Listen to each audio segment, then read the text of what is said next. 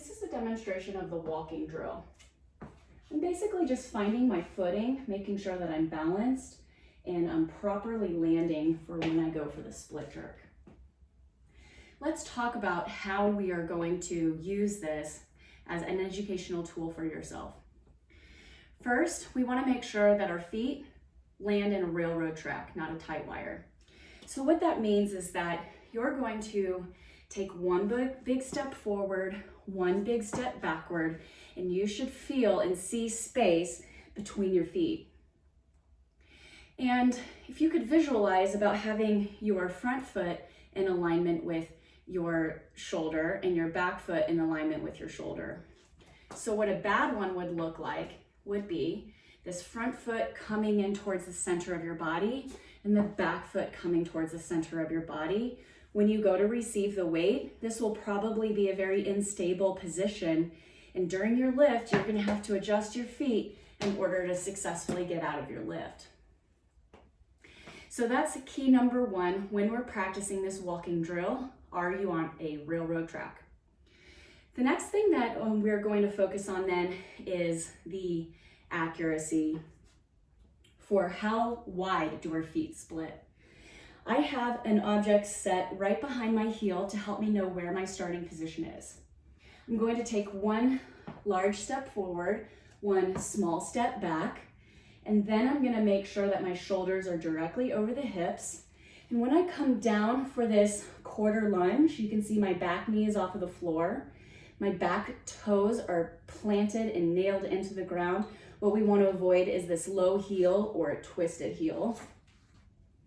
This front knee is a little behind the heel. This is important because essentially you're using that stable front foot to kind of keep your body up in alignment. If you were here, all this pressure in your kneecap and into your toes is really not a supportive position for the load. And so we're double checking, just as a recap, knee behind the heel, hip and shoulder in alignment. This back knee is just bent. You can see it's actually bent right over the starting position where the stick is. That's very good. And then that toe is pointed down into the floor with my heel pushed up. To recover, front foot to the middle, back foot to the middle. So when you're practicing this, it can be good to also use objects to know where your feet were in that good position. So I'm gonna spread my foot back into this walking position, and then I'm gonna put some TheraBands, something that isn't an object you can trip on. This is how I know I want my heel to get in front of that band. And then I'm gonna put one right back here. So I want my foot to go behind that band. And then I'm gonna bring my feet back together. These bands are gonna be a really great starting place for the next drill, which is the jumping drill. Our thumbs to the shoulders. My feet are just under the shoulder. And then I'm going to drop like this. I want you to focus on nothing but railroad tracks. If you come down and you're a little bit wobbly, if you look down, your feet are fairly close together, then practice widening them and getting a feel for the good position. Do around 5 or so of those reps just thinking about railroad tracks. Once you feel like you got those railroad tracks down, then we're gonna jump into the correct position, which is this knee behind your heel, this back knee under your hip and shoulder, this back toe is pinned to the ground and my heel is up. Remember that common fault is to have that foot a little twisted or this heel pushed down. We want to avoid those two things. So from here, we're gonna recover, front foot to the middle, back foot to the middle. Notice that when I jump, I'm not dipping and driving like we would in the jerk. I'm honestly just focusing on the speed of dropping and getting that accuracy of the position. So once more, the jumping position, thumbs to the shoulders, and drop. Front foot to the middle, back foot to the middle.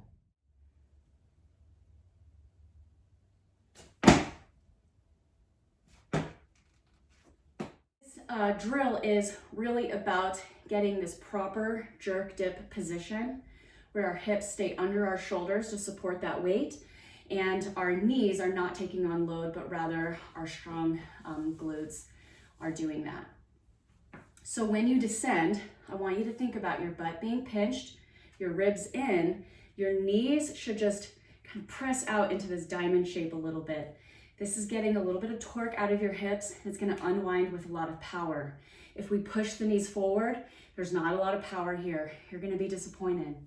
As well as potential knee pain and problems having all of your body weight push forward into the knee, which is designed as just a hinge. It's not designed to carry load the way that our hips and pelvis is.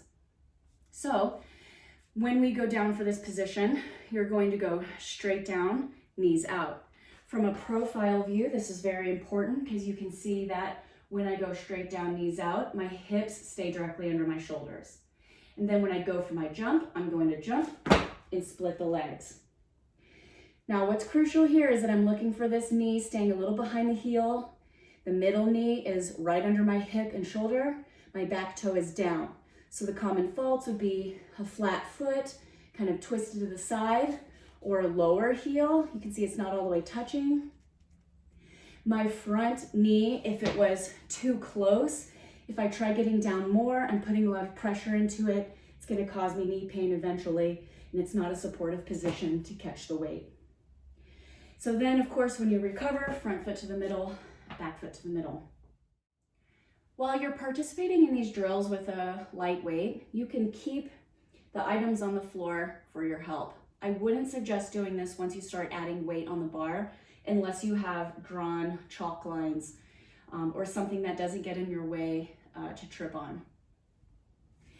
We're gonna have the bar about a thumb length from the knurling mark, bringing the bar to your collarbone against the throat where you breathe, and really try to wind these elbows up without letting your back bend.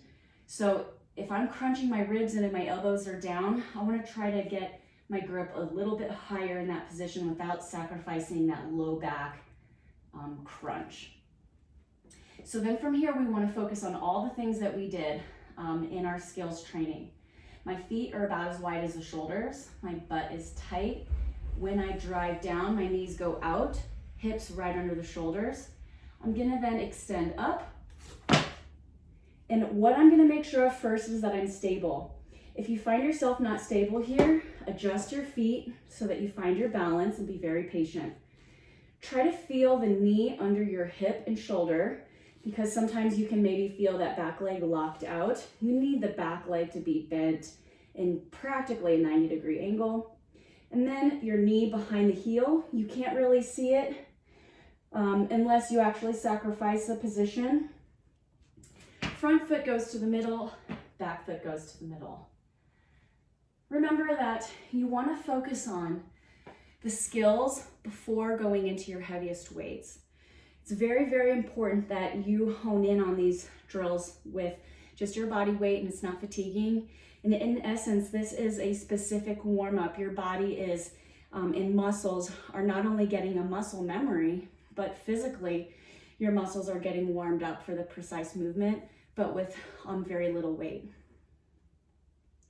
So focus on accuracy here. I suggest that you record yourself so that you can follow along with some of the tips that I gave you on what the faults might be for this position.